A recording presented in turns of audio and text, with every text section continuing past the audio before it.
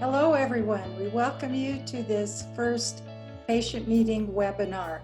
We have many physicians and we have about 300 patients and caregivers and supporters who are registered for this event, participants from over 18 countries.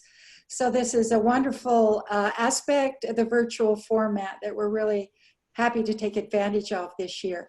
I just want to report that yesterday we had a 4-hour research workshop with our researchers and physicians from around the world, attended by 120 roughly from 20 countries. So this weekend is big and it's worldwide, and we're really happy to have our presenters today helping us address particular questions of patients. I want to also introduce behind the scenes, we have the other two people who mainly run the foundation with me, my co-founder Marlene Portnoy and Lynn Hernandez, our Director of Outreach and Operations. And you'll be seeing our names on a lot of correspondence, so just wanted to introduce us. I want to note that on our homepage, DTRF.org, the About Us tab, I have made a 10-minute presentation and summary of the foundation. I know a lot of you are probably new to the foundation, and I'm not going to take the time today to present information, but you'll see everything that we do, our most recent important projects, how we support patients, and how patients can support research. So I do encourage you to watch that 10-minute video on the About Us tab on our homepage. Now for the order we're going to follow today, our first speaker will be Dr. Mrinal Gounder from Memorial Sloan Kettering Cancer Center. He's going to talk about how we all interact as a medical professional group with the patient advocacy groups and where that takes us. Just for the format, the presentation is a live presentation for 7 minutes, and then we open it to questions. The chat is closed for this. With 300 people, we are just closing the chat. However, you can address the speaker with your questions via the Q&A. For most of you, if you're on a computer, it'll be at the bottom of your screen. Just click on Q&A and you can write your question at any time. Once the speaker finishes his or her presentation, they will go through your questions. If your question is not answered, it's still valuable to put it in the Q&A, because at the end we will take all questions that were not answered and submit them to the panelists. And they have graciously agreed to answer questions in writing. These will not be answered to you individually, but will be sent as a group to everyone who was registered or attended today. So again, questions, we don't have time to answer all of them, of course, but we'll try to get answers for you. I do want to thank the sponsors that have helped this weekend take place. Sponsors SpringWorks Therapeutics, Iterian Therapeutics, and Ayala Pharmaceuticals. Their support is greatly appreciated and makes these meetings possible. So thank you, and we'll go ahead with Dr. Gounder. Okay, I'm just going to share my screen. I hope everyone can hear me okay. All right, good morning, everyone. I hope all of you are doing well, staying safe, and your families are also doing well. It is a little very different for all of us to be interacting in this way, but I think we're all getting used to this, and the important thing is that we're all together, and this year's event still goes on 15 years later. So congratulations to Marlene and Jeannie for organizing this and continuing this on. Today I'm going to be talking to you about the power of patient advocacy. 1 second.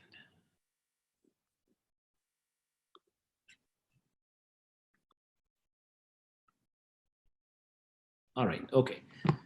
So today I'm going to be talking to you about the power of patient advocacy to advance research and new treatments, particularly in rare diseases such as desmoid tumors.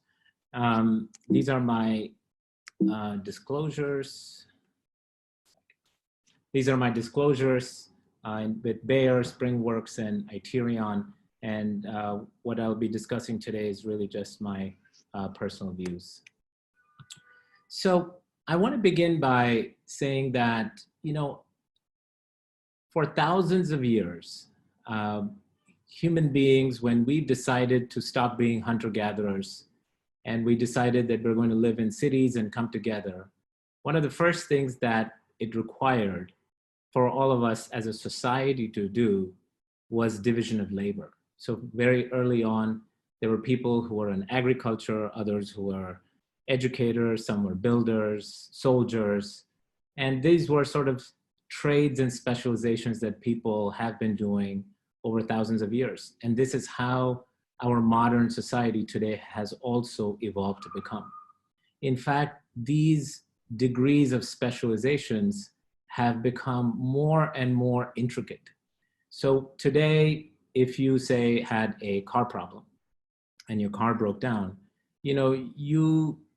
we all have a certain confidence that all we need to do is to call the mechanic and that they will figure it out, and if they don't have a part or something like that, that they're going to call someone else and get the parts and fix it.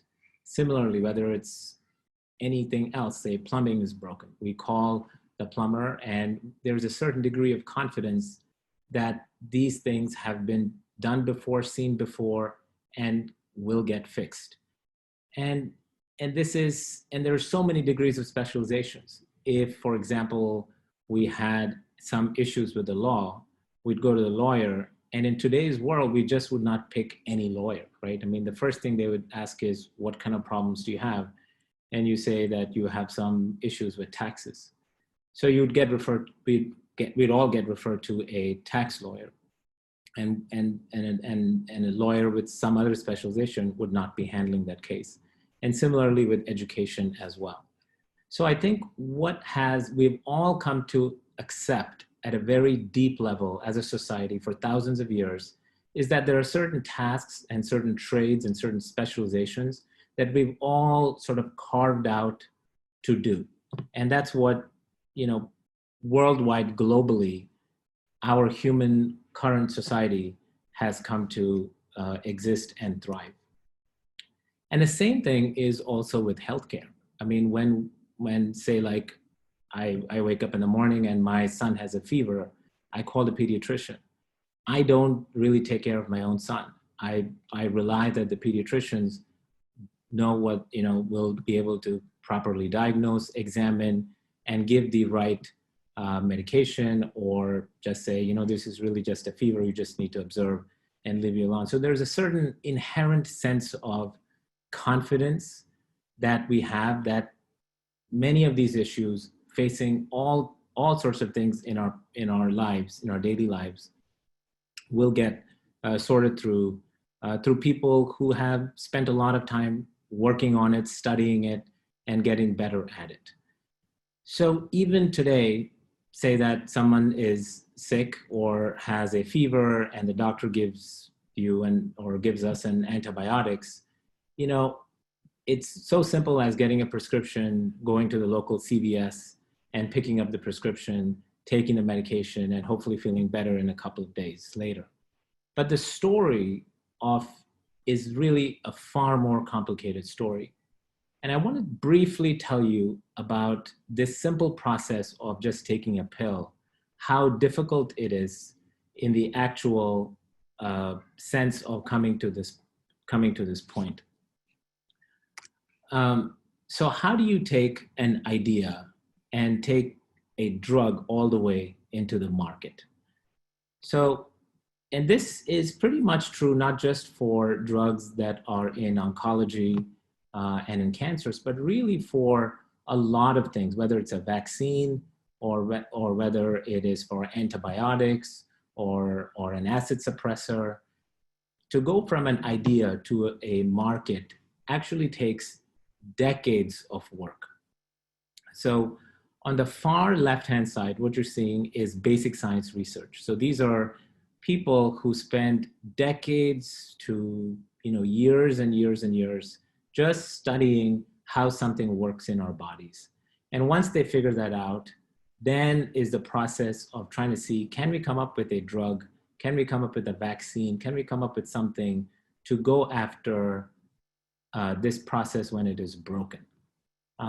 So once you figure out that there is a drug that looks promising, it takes about a year or two after that to make sure that it's actually safe in human beings.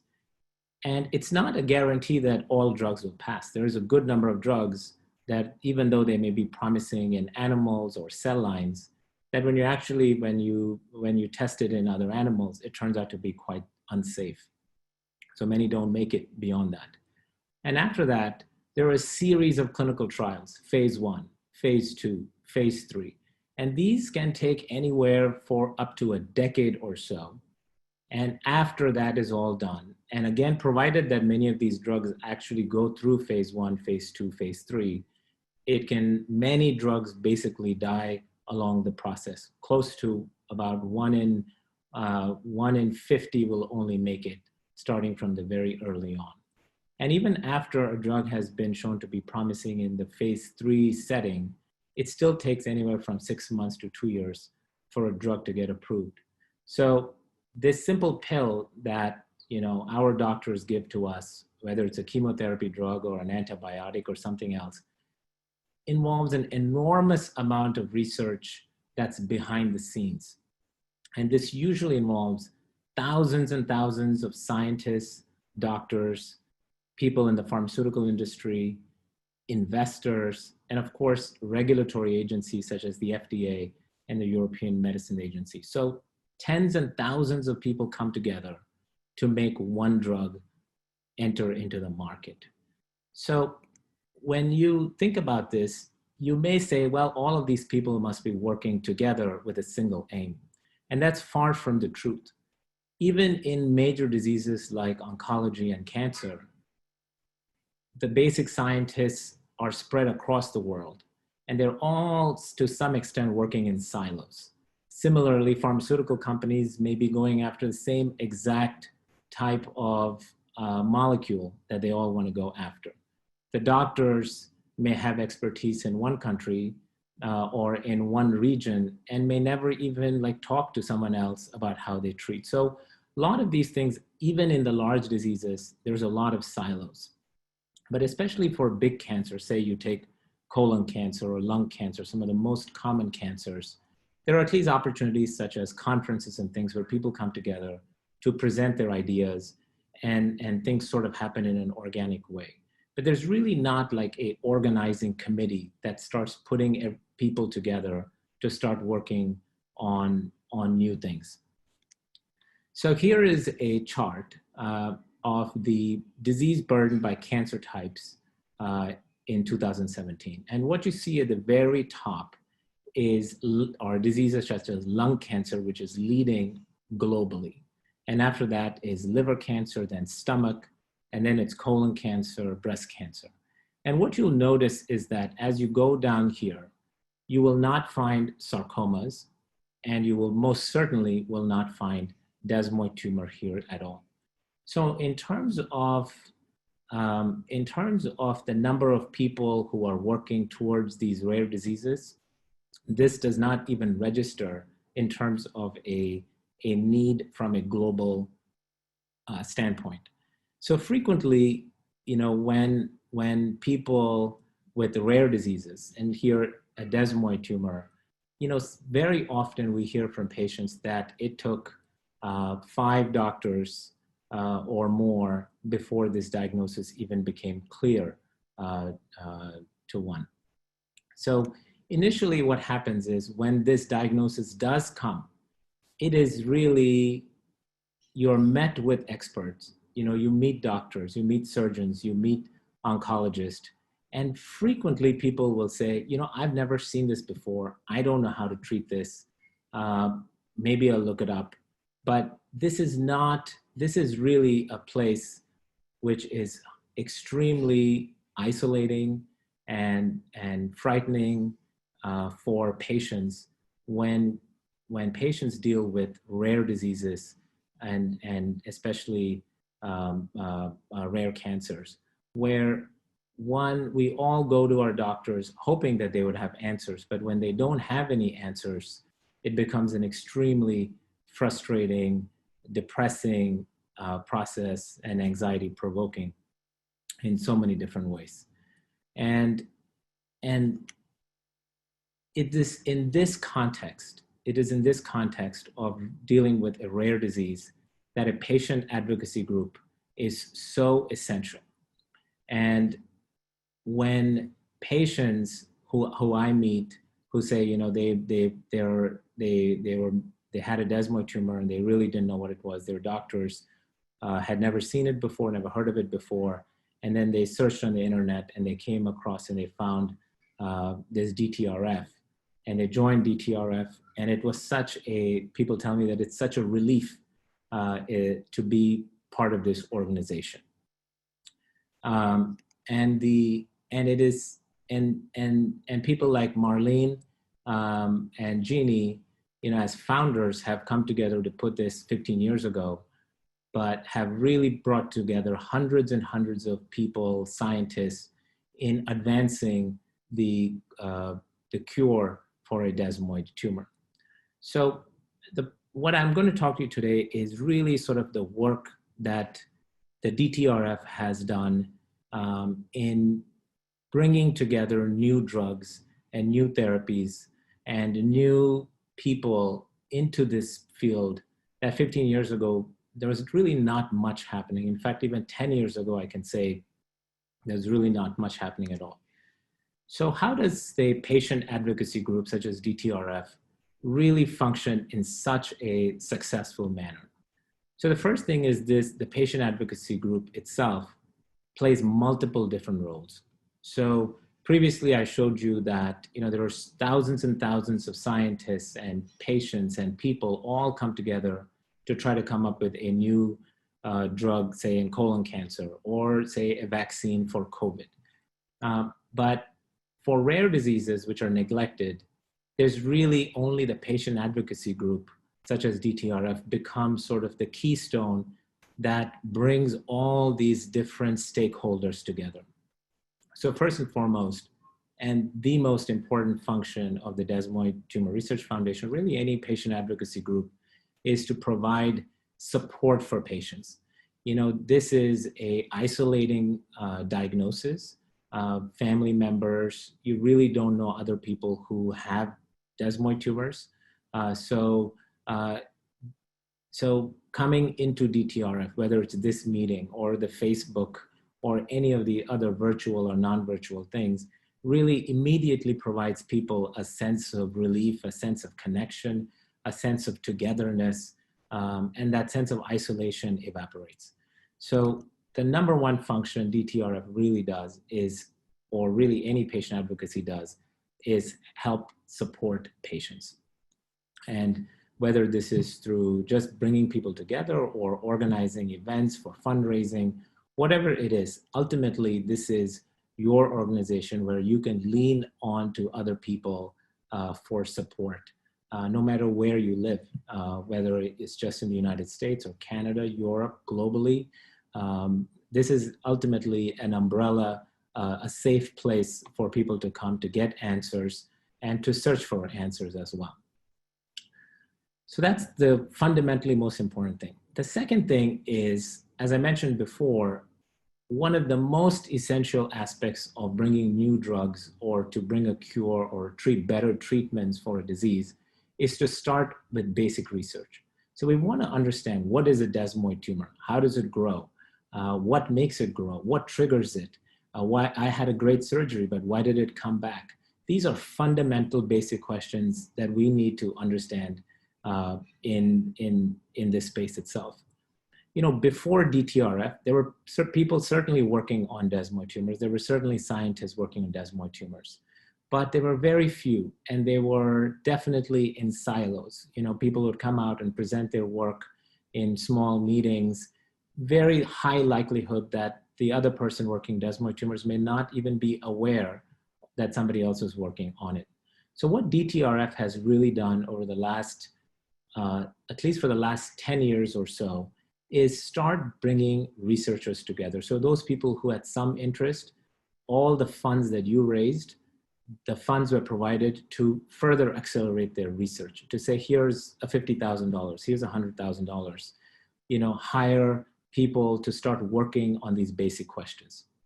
And when they started putting these seed grants together, more and more people started coalescing around studying desmoid tumors.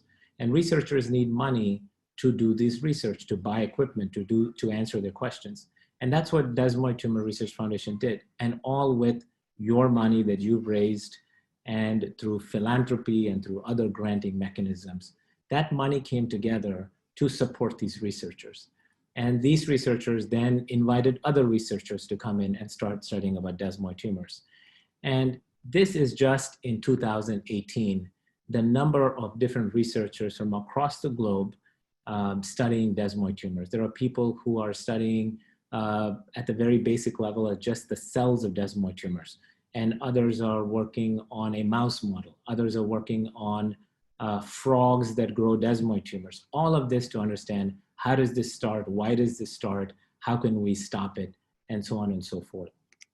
And right now, you know, there are many, there are dozens of laboratories around the world where people are growing desmoid tumor cell lines from patients who give it through pattern.org or any other mechanism through their hospitals.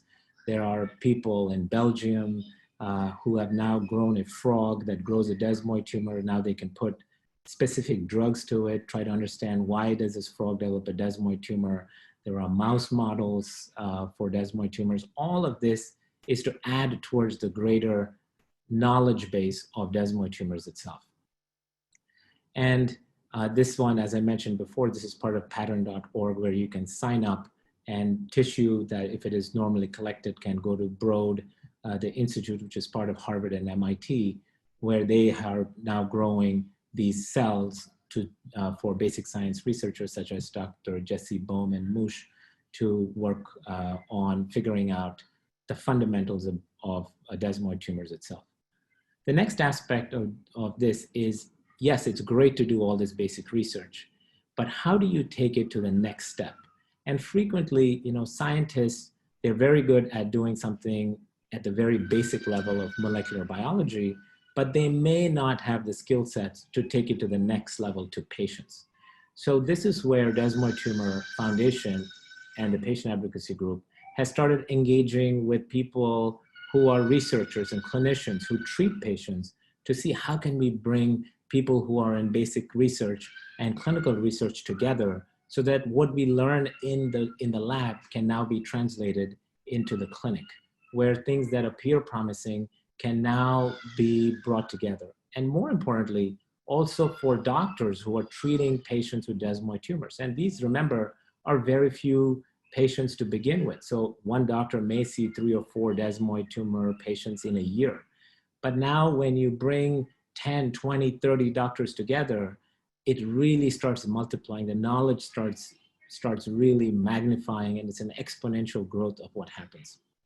And here's an example of how DTRF really collaborated with the European desmoid tumor and rare disease groups and many different foundations to bring together desmoid tumor surgeons, pathologists, radiation oncologists, medical oncologists together to say, can we all agree on how we should be managing desmoid tumors?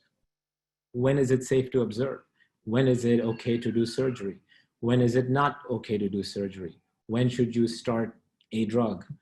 Should you do radiation or not? So all of these people came together to agree in writing together this, what's known as a global consensus paper. And these are people from Japan and Europe and the United States and Canada coming together to say, let's agree on how to treat this. Not that, you know, this is not a mandate, but a general guidance in terms of how we should be thinking about these diseases. And desmoid tumor, the foundation itself also partnered with another organization known as the National Organization for Rare Diseases to say, can you include desmoid tumors as part of your registry to see how does a patient do from the time that they're diagnosed to the time that they have to start surgery or chemotherapy or maybe nothing or just observation. So this is a natural history study where now there are 1,500 people, and Dr. Kelly Mercier, who is part of DTRF, has spearheaded this effort. And I know many, many of you are already participating in this study. So here's an example of how Desmoid Tumor Research Foundation engaged me.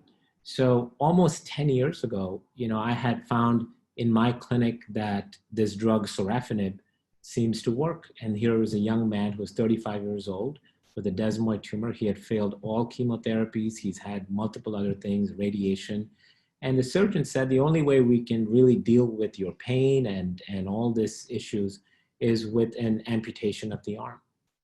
And the young man was frightened and did not want to take that option at all. He saw me in my clinic.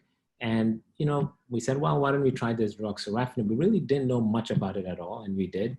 And he had a really nice response. And you can see this on one side, it's bright white, and the other side, it's completely burnt out. And at that time, we published this paper about 25 patients. It looked promising. We published it in a nice journal. And as a researcher, I was ready to move on to other diseases or other things or whatever was on my plate at that time. It was at that moment that Jeannie and Marlene came to me and they said, we read your paper. It looks really promising. Can we get an FDA approval for this drug? And in many ways, it was a very naive question for them to ask because the short answer is absolutely not. You cannot take a study like this that was done in a small clinic by a few people with a few patients and take it into the market. But it was out of their naive question that made me think, well, you know what? Maybe we should work on taking this to the next step. And I can honestly tell you that were it not for the Desmoid Tumor Research Foundation advocacy, I don't think this paper would have really gone on to the next steps.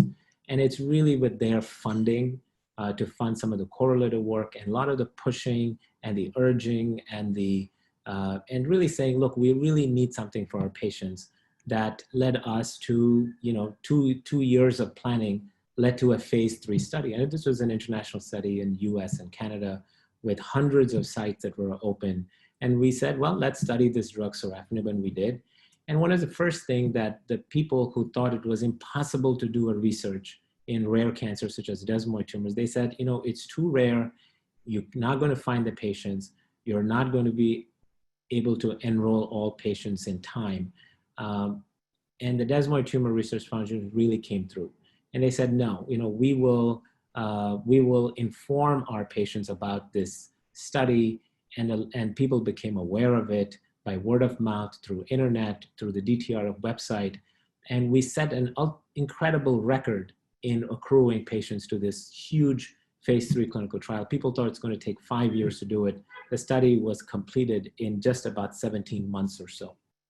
And it was really the power of patient advocacy that helped even envision and complete this phase 3 clinical trial.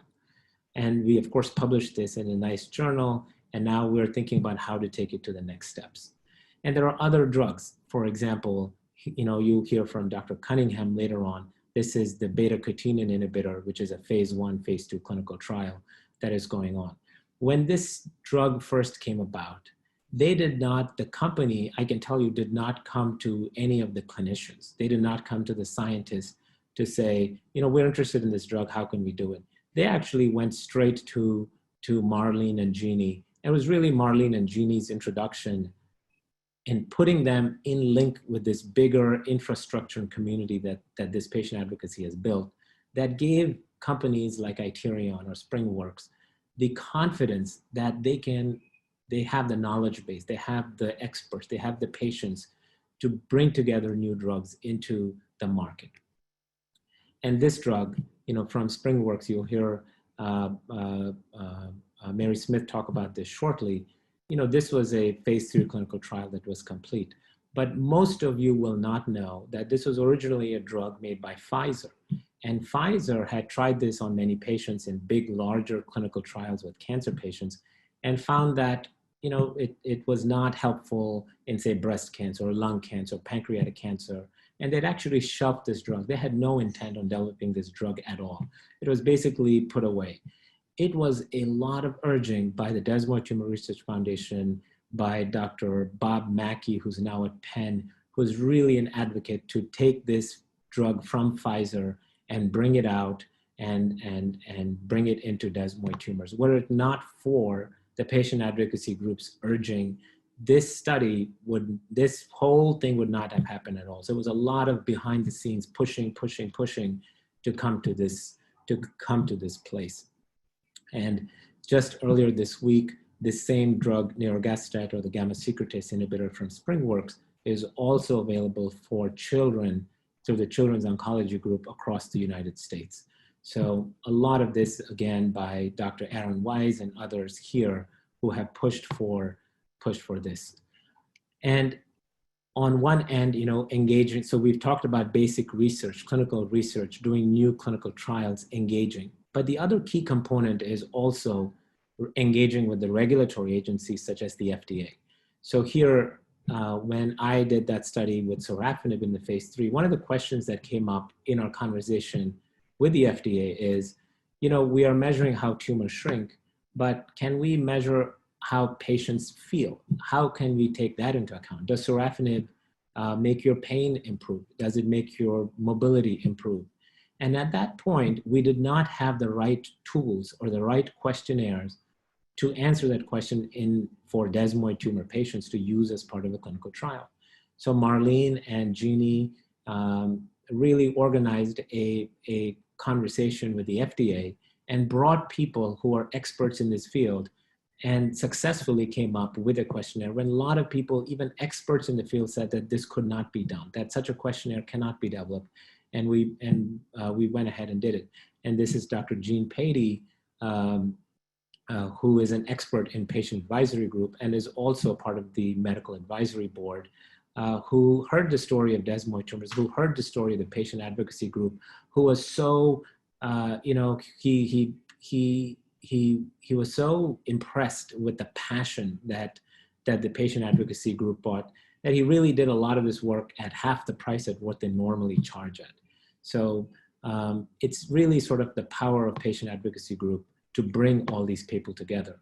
And what's nice is that with this new questionnaire, we've now put it back into some of these major clinical trials, such as the SpringWorks trial, the Iterion trial, the Pediatrics trial, to ask the question, yes, your tumors shrink, but do you also feel better? And this is one of the questionnaires that will help answer that essential element of the research as well. And the last part is, all of this is happening, but how do you also keep this momentum going forward? How do you keep this knowledge dissemination happening? And again, the patient advocacy group, DTRF, has brought together like all these experts together. So this is a meeting of patients in 2007 in a small room in a small hotel. And this is in 2018. Hundreds of people are now participating. And similarly, this is the late Dr. Dina Leb, who was one of the earliest and most serious researcher in desmoid tumors in 2007, speaking the only sole single speaker in 2007 from the scientific community. And this is in 2018, all the new researchers, clinicians, everybody have come together. And this was from yesterday. And this is only one of 3 pages screenshot that Lynn captured yesterday. So you can see sort of how this is all building towards a critical mass. And again, Marlene and Lynn and Jeannie have really, every time there is a paper that is published in desmoid tumors, they scour the internet, they bring the best high quality paper together so that all of you can read it and all of us can also refer to this one single central bank of knowledge base. So 10 years ago, or even 5 or 6 years ago, if someone had asked me that if you have a rare cancer or a rare disease, what do you need? I think most people, including myself, would have said money. We would have said, you need money, you need a lot of money to move the field forward. But now I don't believe it's money. And I think there is a tendency in society to say, if there's a problem, we just need to put a lot of money in it. But I think what I've learned in my involvement with DTRF, as well as other patient advocacy groups that are highly, highly successful, is that you want to build a critical mass. Critical mass, building together critical mass is really the first, second, and the third most important thing that a patient advocacy group can do to advance that field. And this involves bringing patients, to bring researchers, scientists, pharma, industry, knowledge base, everything together in one place so that we can learn from each other and we can take this to the next step. And it's out of this synergy that we can do high-risk projects, out-of-box thinking to really drive that innovation. And funding generally, in my opinion, follows. When people see that there is a critical mass, somehow they have confidence that this organization will get the job done. And then industry comes together and becomes sort of this great cycle that just keeps going on and on. And yesterday, looking at the research meeting, I really felt that we've come a long, long way, and we've really come together to form this critical mass of all the people necessary to move the field forward. So in conclusion, the power of patient advocacy in rare diseases is to organize. So it's to build critical mass, spread the word, and go global. And then to have a common goal. And the most important goal, I think, is to refuse to accept the status quo and to keep pushing forward for better things, to go for a cure, or to go for something that is really transformational and paradigm shifting. And then to unite. All of us need to come together, scientists, social workers, industry, developers, nurses, all of us patients have to come together in this common goal and mission. And of course, to improve the knowledge, diagnosis, treatments, and quality of life. And lastly, to support each other, patients, doctors, caregivers worldwide to do that.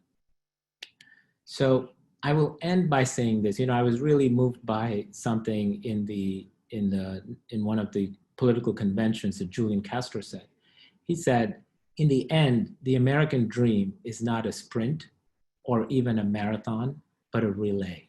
And it's a relay where everything that we learn, we pass it on to the next generation, understanding that the work that one generation does will remain unfinished, but it'll pass on to the next generation of patients, doctors, scientists. And that's how we really move the field forward. That one day, especially in desmoid tumors, we wake up when a patient in the future has a diagnosis of desmoid tumor. They're not looking at despair, but looking at a new morning with hope. So I'll stop there. Thank you. Thank you, Dr. Gounder. Thank you so much for that wonderful presentation. I think because we're over time here, we're going to ask attendees if they want to submit any questions for Dr. Gounder to do it in writing. Many of the questions that have been posted probably also apply to our next speaker, Dr. Breelyn Wilky from the University of Colorado, Denver. So we'll turn the time over to Dr. Wilky for an overview of desmoid tumors.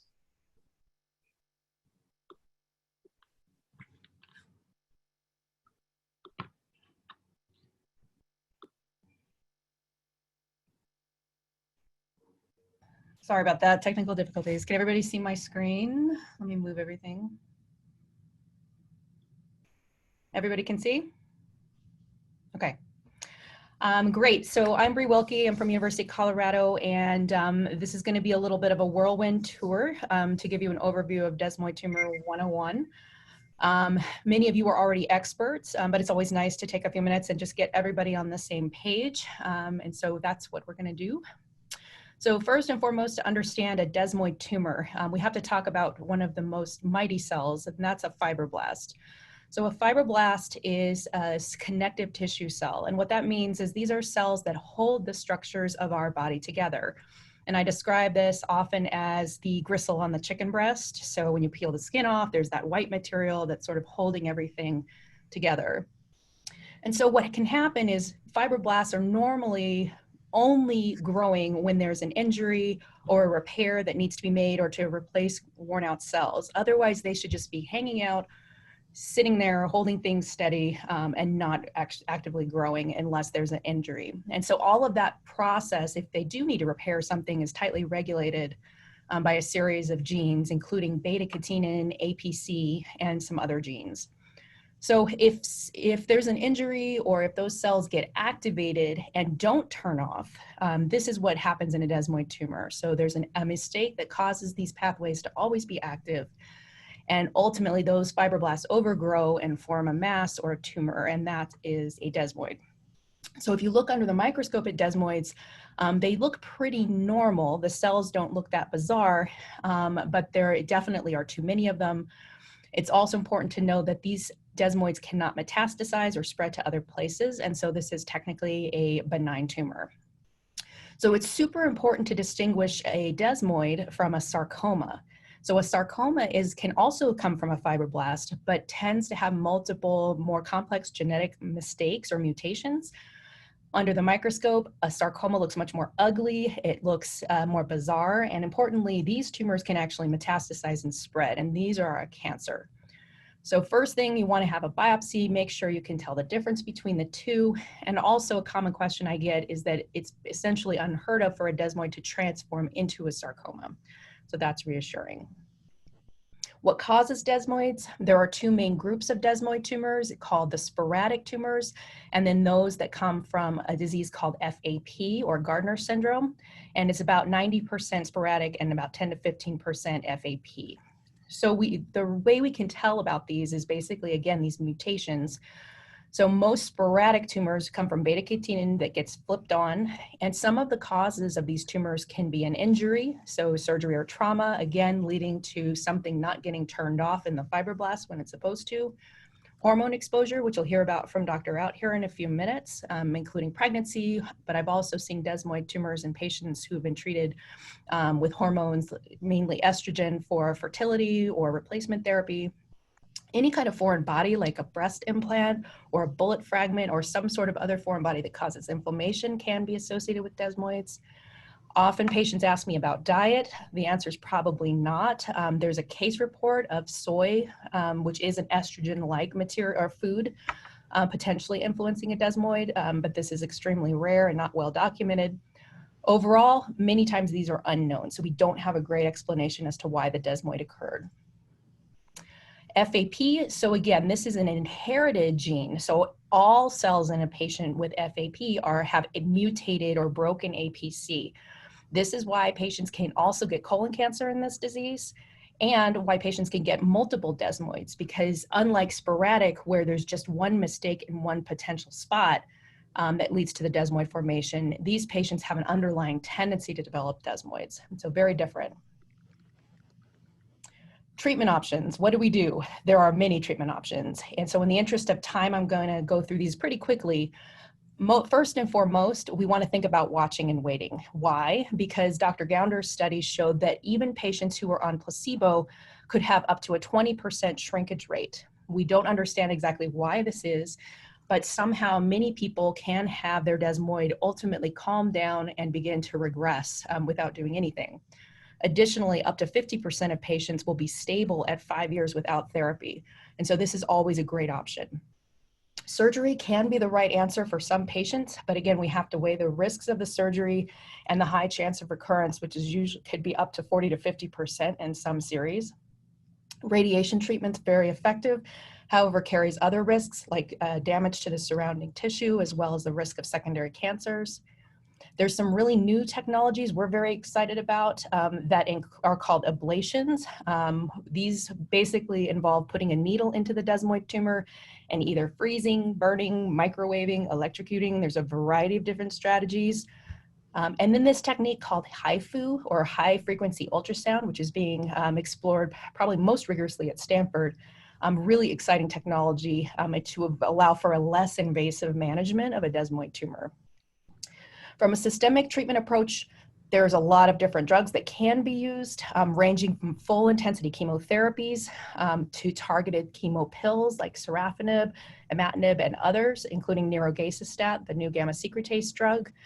And then we've also used estrogen blocking therapies. So really, how do we pick the treatment that's right for you? Or what do we mean by the treatment actually being effective? Keep in mind, to disappear your desmoid is actually very rare. We are aiming for shrinkage if we can. Stabilization can often be very beneficial. And ideally, you want death of the tumor, where it goes from being an active, breathing desmoid back to a scar tissue, collagenized area.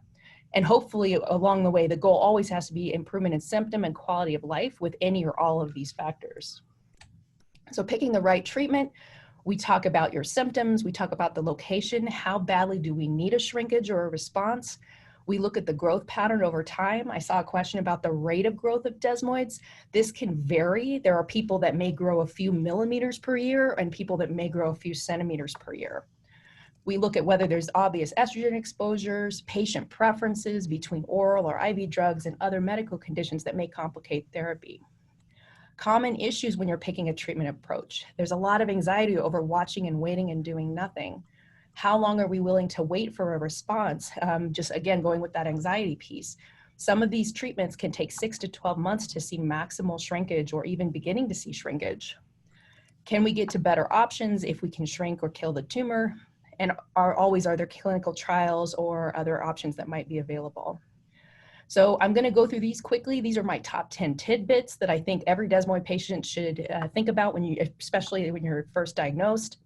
Find a team you trust, consider a second opinion at a sarcoma center, or have your case presented at the DTRF virtual tumor board that Dr. Weiss will probably mention. Screen for FAP if young, family history of colon cancer or multiple desmoids. If you're thinking about surgery, we have to look at how invasive or how big the healing is going to be from the surgery with the high risks of potential recurrence. If you're doing medical treatment, balance the need for desmoid shrinkage with the risks and side effects of the treatment. The more aggressive the therapy, the higher the chance of a shrinkage, but more side effects and even long-term risks. They don't have to disappear. We want to get it back to a scar, and trying to take it out can actually cause more harm than good. With good monitoring, pregnancy is not prohibited with a previous or current desmoid tumor. Everyone's story is different. Desmoids may not be cancer, but they can have the same impact on patients' lives. So ask your doctor, demand that your doctor advocate and educate for you, particularly for insurance, disability, and work restrictions. And then finally, as we've already heard, DTRF is a tremendous resource for support, research, and connections. So again, sorry for flying through that, but I'll take time for questions now. Thank you. Breelyn, we have a very short time period for questions. Could you pick out a couple of essential ones you'd like to answer for the group? And I suggest that we extend this to perhaps another discussion another time for even more detailed questions. You can also put your questions in the Q&A. I will also say that these video presentations will be accessible after this meeting, after this live session. So you'll have time to go back through it in detail and probably want to watch it many times. These are some great questions. I agree. Let's just go ahead and keep submitting your questions on the Q&A. We will answer these after the meeting, and potentially, we can set up a time to chat. But otherwise, our other speakers aren't going to have time to give their talks. Thanks.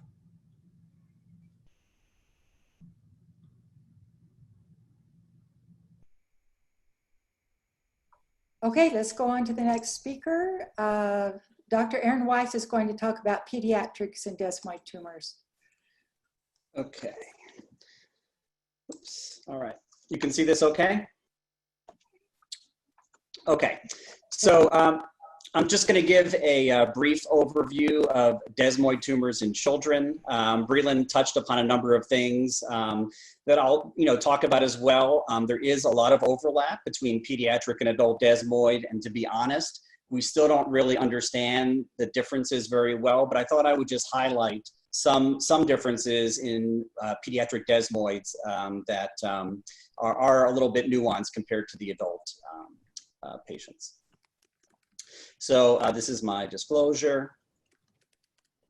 So in terms of incidence and causes in children, we really don't know the true incidence in children. Honestly, we're not even sure of the true incidence in adults because it's very hard to capture that information. But we do know there's about 15,000 children diagnosed with cancer per year. And as Breelyn said, even though it's not maybe technically a cancer, many of us think of it as a cancer, and certainly it tends to fall within the oncology realm, and therefore we treat these patients typically in pediatric cancer centers.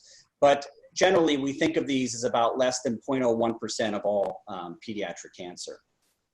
Most of them, as you heard, occur spontaneously in children without any known predisposing factors, which can be very frustrating. That's the #1 question people ask, is where this came from, and we often aren't able to provide a very good answer. Typically, we see a peak incidence between the ages of 6 to 15, and then another one from puberty to 40 years of age in women. So this is something that we will and do see in children. It is not an exclusively adult process. There tends to be a slight male predominance, but that there is, for obvious reasons, a female predominance during adolescence. So trauma, you had heard that we have a really good understanding, at least now, and even though we don't exactly know the specific cause, that there is typically some local trauma that may precede the development of desmoid in a number of cases. And in children, we think this happens about 20% of the cases. Abdominal desmoid tumors have followed surgical trauma in that same region, and this we believe happens typically within 5 years of that surgical trauma. So it suggests that there's an underlying defect in connective tissue repair during wound healing. You heard a little bit about FAP, just specifically in regards to children. The children that tend to get FAP tend to be younger, they tend to be male, and they typically have abdominal wall or mesenteric locations for their desmoid tumor. So when we see patients of these young ages, as Breelyn mentioned, it'll often behoove us to do this testing because it has significant implications for this patient as well as multiple family members.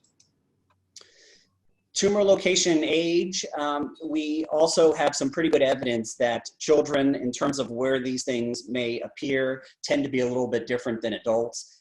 Those that get it in the head and neck area tend to be younger than those that get it in the torso or in the extremity. And so that this is head and neck region is an area that we think about often in those young presenting patients. So how about management? Because that's certainly, I think, one of the trickiest things. Well, surgery was mentioned. And I'd say historically, that was the primary treatment for desmoid tumors in children. And most of the time, as oncologists, we would find out about these patients after the fact, even though ideally, for any type of cancer, it would be nice for us to see these patients first so that we could help direct care and allow some of the surgeons who may not know some of the more current guidelines of what the practice is. But even with surgery and even with complete removal, as mentioned, there is a fairly high recurrence rate. And often patients undergo multiple resections just in pursuit of a cure or removal of the desmoid.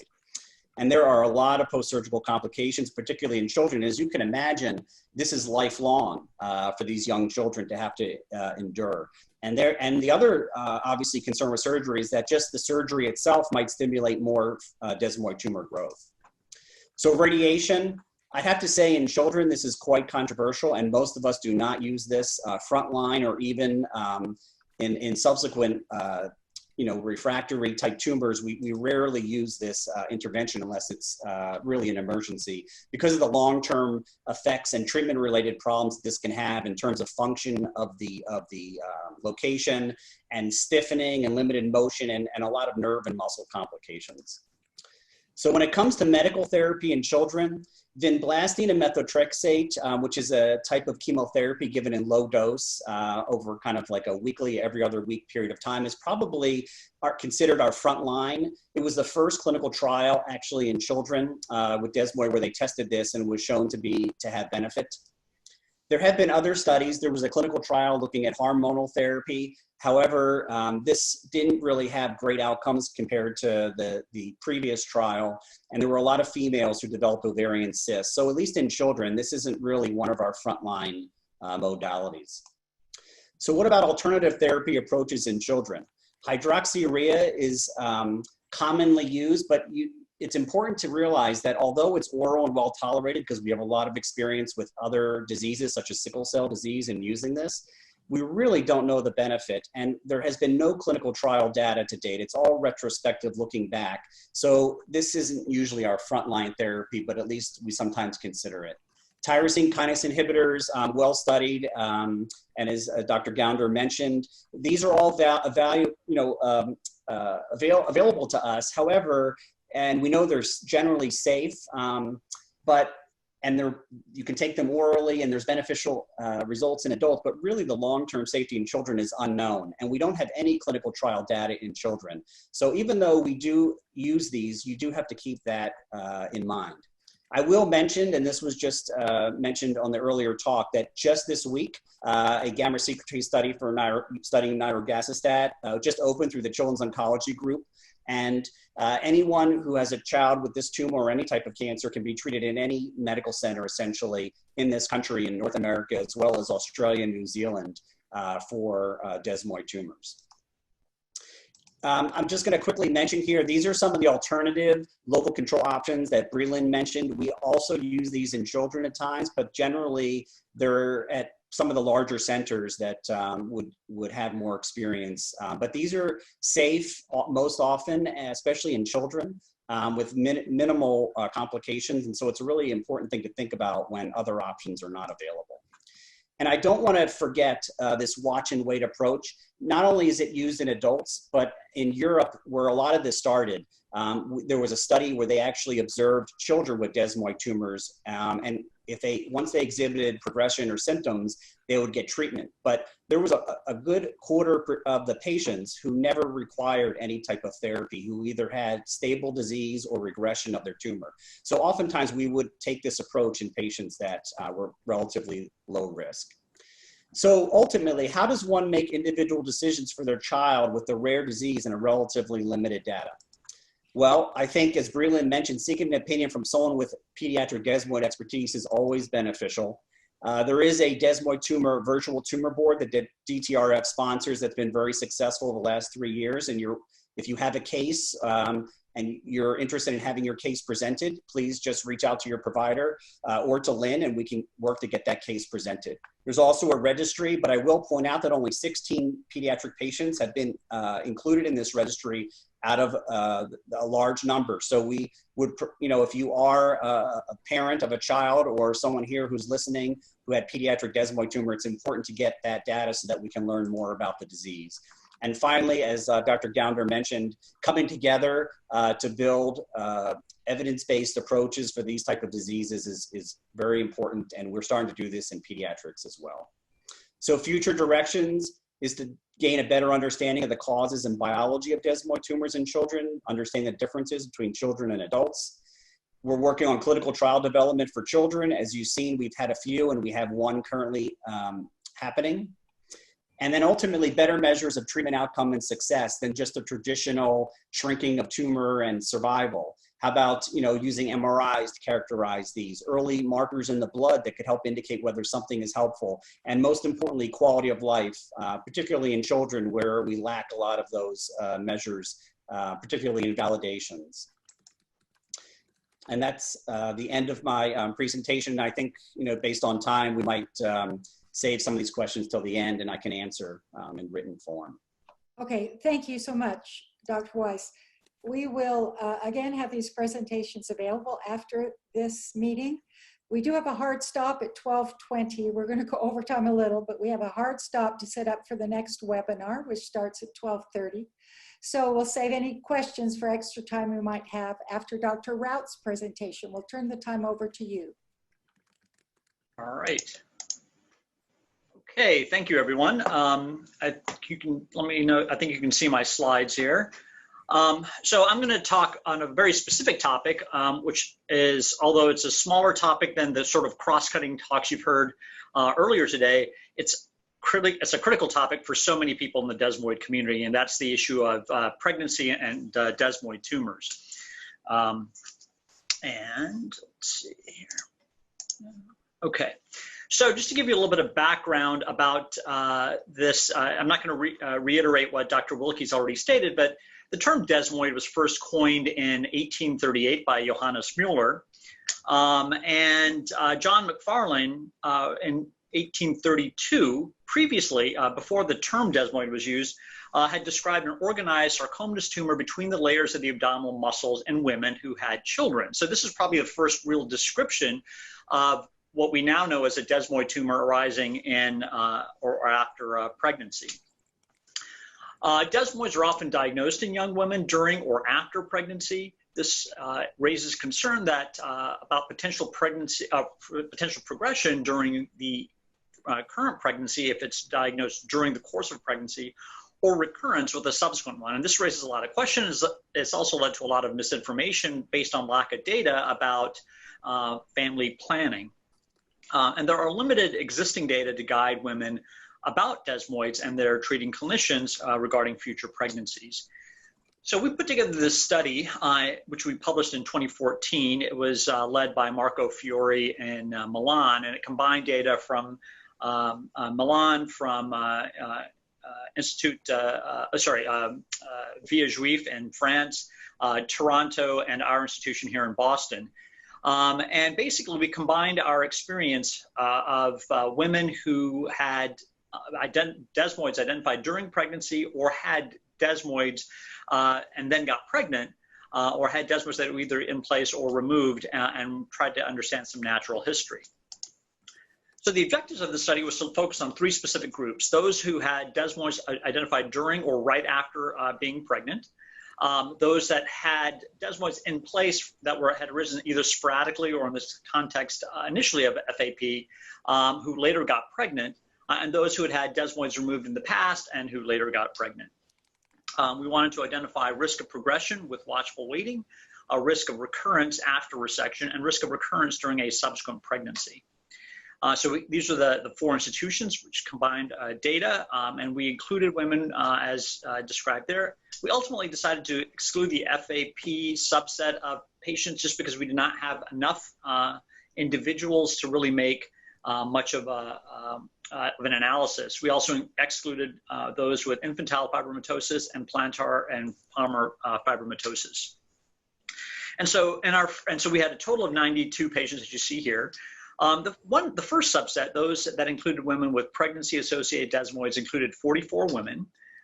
Initially, and now one thing to keep in mind is that a lot of these patients that were treated at a time when most of our management was focused on, well, there was a lot more surgery involved in initial management. And I think that we're actually planning on updating our series. Dr. Fiore is going to lead that effort again.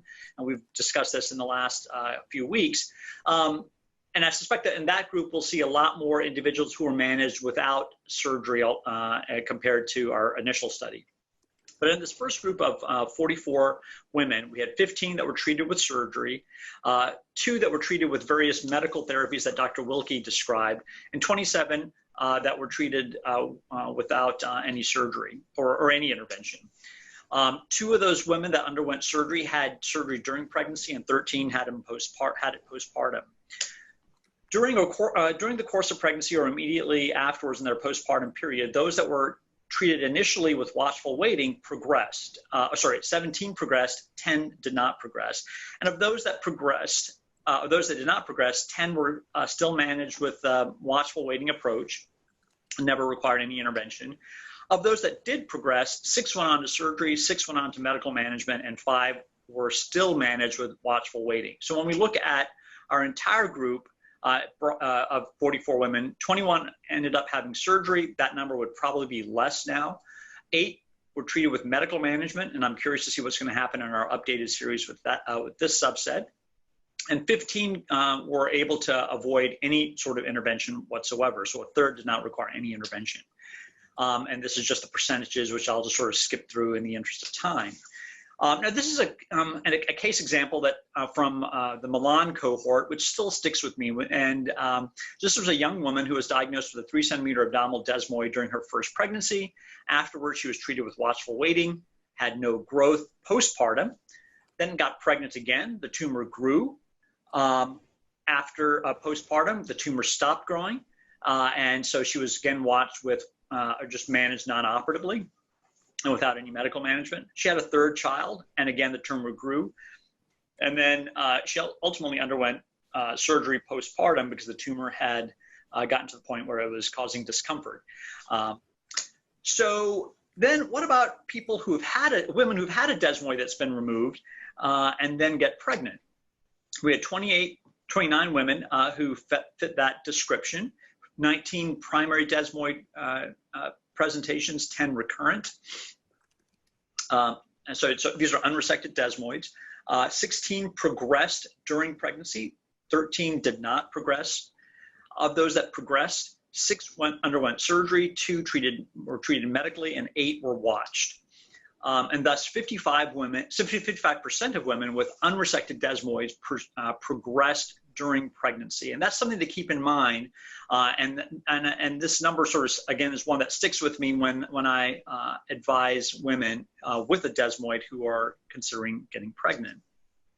What's interesting is that those that were watched with or managed with watchful waiting did not progress further to a point that they required intervention. Again, that was a selection bias there, likely in terms of who we picked for watchful waiting. And then the final cohort is the group that had previously resected desmoids who then got pregnant. 19 women, 4 progressed during pregnancy and 15 did not. So 2 of those required surgery, 1 was treated medically, and 1 was treated with watchful waiting. So about 21% of 19, against this a percentage of a small number of women that had prior or previously resected desmoids developed recurrence or progression of potentially microscopic disease during pregnancy. So to conclude, I think that what this tells us, and Dr. Wilky, I think this was her take-home point number 7, mentioned that having a desmoid does not preclude getting pregnant or getting pregnant again. In the past, I think was something I learned from when I first gave this talk at the same symposium 6 years ago, was that many women had been told they should never they should avoid getting pregnant. And we clearly have no evidence to support that recommendation. Women should also not be advised to routinely have an abortion if they're pregnant. There are individual circumstances that may impact the health of the mother or the child that may supersede these recommendations, but desmoids are not a contraindication to having children. Desmoids arising during pregnancy or already present before pregnancy may grow, but over half of patients can avoid an operation. Some may need medical management, but many do not need any intervention whatsoever. And those undergoing surgery can still recur, although the recurrence rate seems to be lower than for other sporadic desmoid tumors. And desmoids resected during pregnancy recur infrequently, so the majority of women still do not recur, but 21% do. Thank you. Could I ask one question that has been appearing? What is the impact, if any, of the location of the desmoid tumor on all of this? All of these women, were they intra-abdominal? If they have a tumor in the arm rather than in the intra-abdominal area, how does all of this get impacted? Yeah, this is an excellent question. And in fact, I think one of the questions that was submitted before the meeting addresses this as well. So most of the women that have pregnancy that arises or have desmoids that arise during pregnancy seem to have abdominal wall desmoids, often rectus sheath. Unclear why, potentially some stretching of the muscles that leads to essentially some kind of scarring reaction. We don't really have the details. Those appear to have beta-catenin mutations, but we are, now that we're sequencing those particular tumors, we're finding some other mutations, which I hope we'll have more data on soon. The concern, of course, is for women who have a mesenteric desmoid, because if that grows, that's going to potentially impinge on the growing gravid uterus, and that could be a reason to either have surgery or talk to the gynecologist about management of the pregnancy. In our series of 92 women, the only, and again, this is just a small subset of patients, the only patient that had to have a change in the management of her pregnancy because of the desmoid was one who had a desmoid within the vaginal canal. So she could not have a natural childbirth, she did have to have a cesarean section. But I think the biggest concern is for women who have mesenteric desmoids that could affect or impact the course of pregnancy.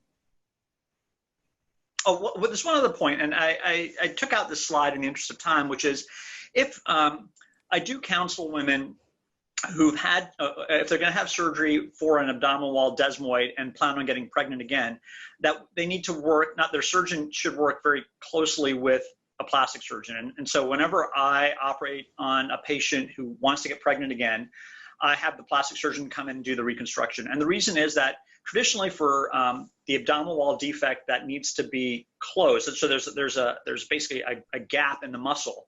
And to bridge that gap so you don't get a hernia, we have to put in usually a piece of mesh.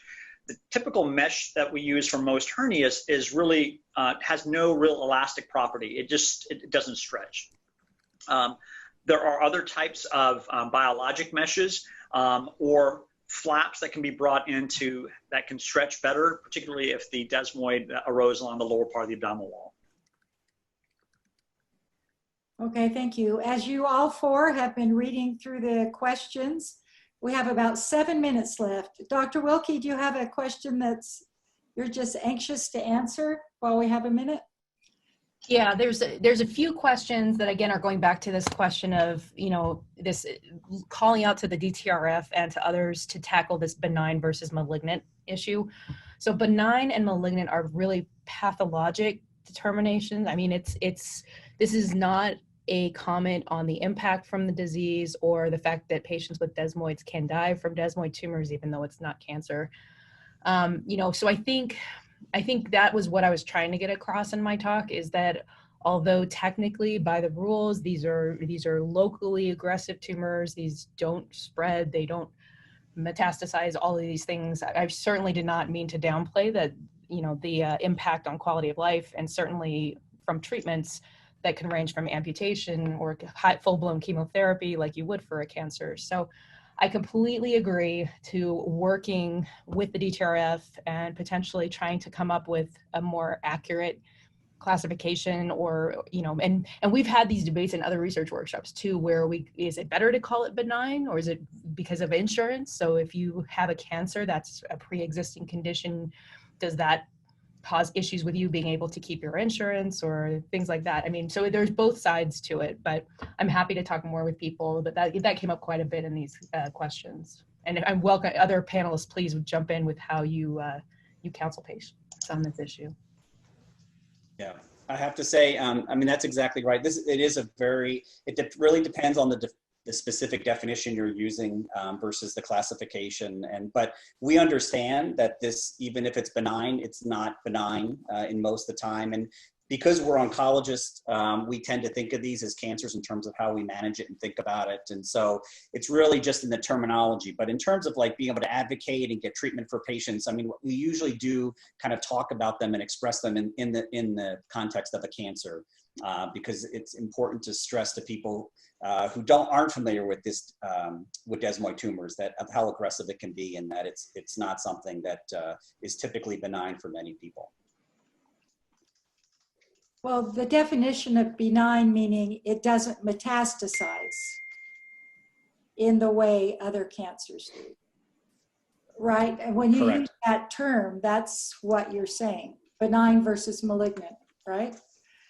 But in the context of the experience of the patient, the way the tumor can invade the local area very aggressively, it's a different description. So,